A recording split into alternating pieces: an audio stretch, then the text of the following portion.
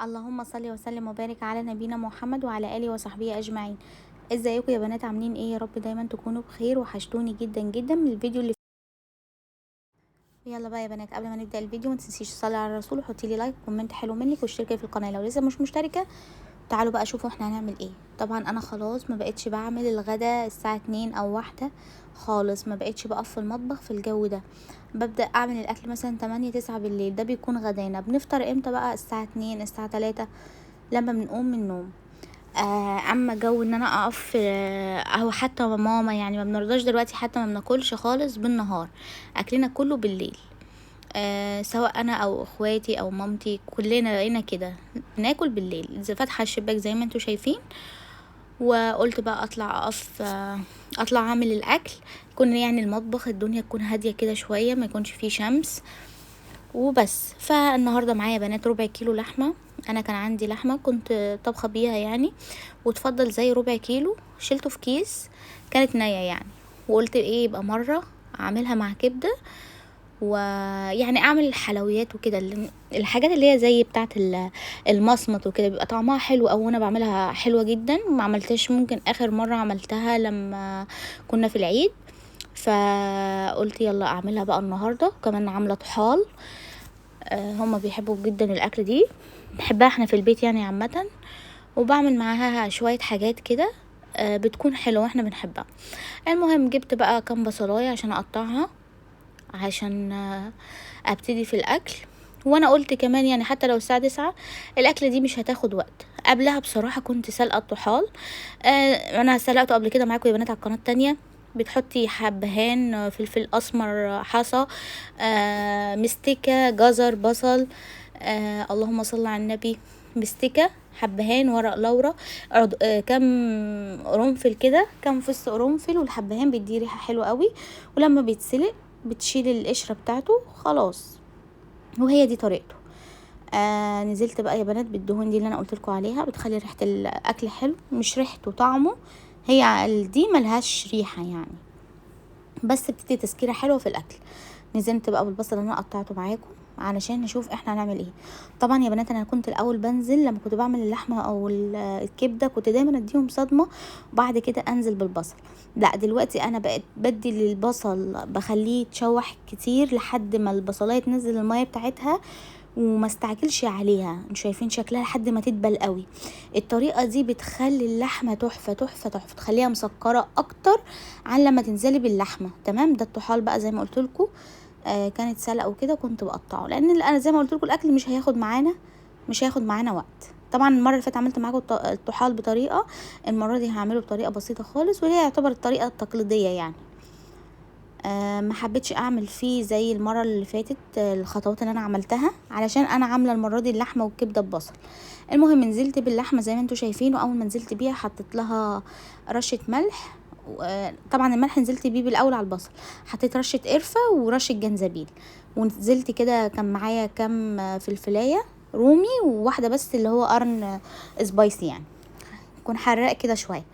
ونديها تقليبه. طبعا انا لسه ما نزلتش بالكبده، مش هنزل بيها الا لما كان كده اللحمه اللي هي دخلت في السوا استوت اصلا. يعني الكبده ما تاخدش 10 دقايق على النار.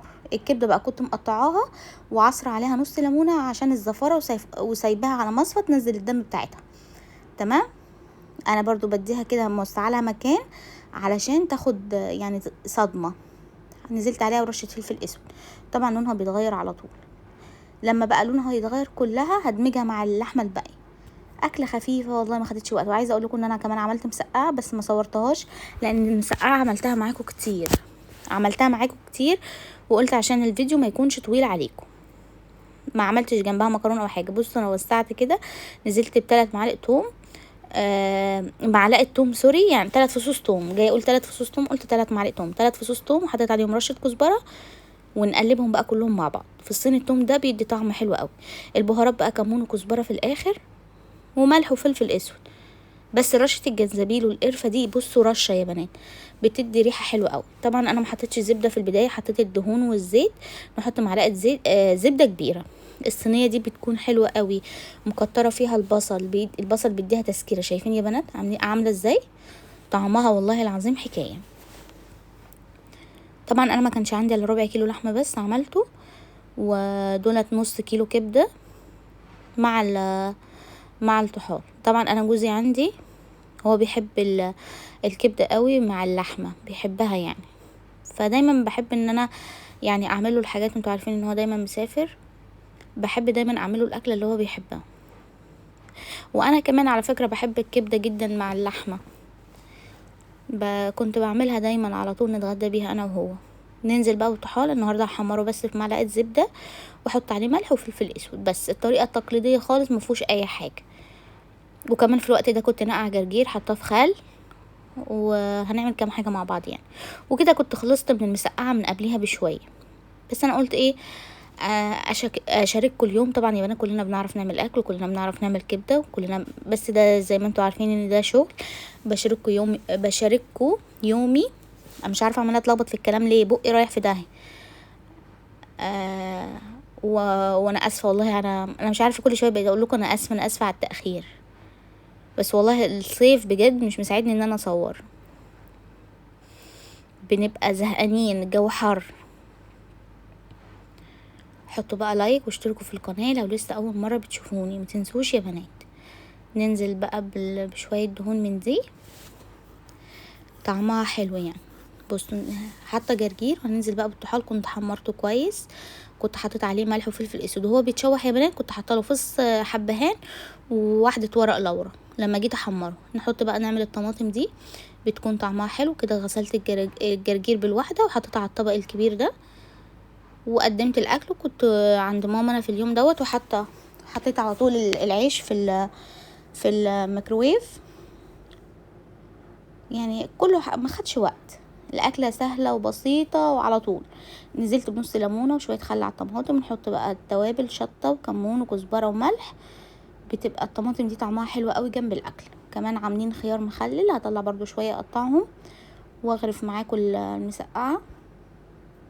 واكله خفيفه يا بنات، وبقالنا كتير ما عملناهاش.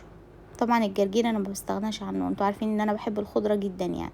والعيش اهو طلعته من الميكروويف وخلاص يا بنات.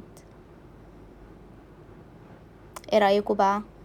كده طلعت بقى، سخنت المسقعه، انا كنت عاملاها من بدري اهو، والخيار والفلفل. خلاص يا بنات، اشوفكم في فيديو جديد. بحبكم في الله، ومع السلامه.